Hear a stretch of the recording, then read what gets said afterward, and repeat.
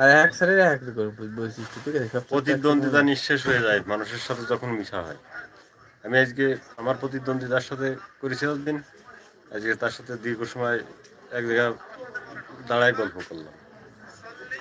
আর 10 জনের দেখিছে না, তাহলে তারা কি মনে করেছে যে এরা কঠিন সাপের বিষে পানি করে ফেলতে পারে, তাই না? কারণ প্রতিদ্বন্দ্বিতা করবো না সেরকম একটা ভাব, ও করবে নাহলে আমি করবো, স্যাক্রিফাইস।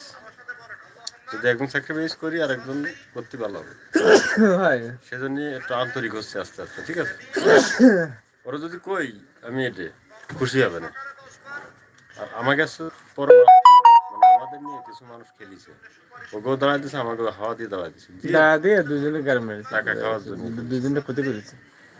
মানে ক্ষতি হবে যে শোনো, যারা শত্রু ছিল তারা হয়ে গেছে এক, আর আমরা তো কিছু না, আমরা চাচাবার কি, যে কোনো একজন করো, ভাই তুমি করো নাহলে আমি করি, কোনটা রাজি আছে?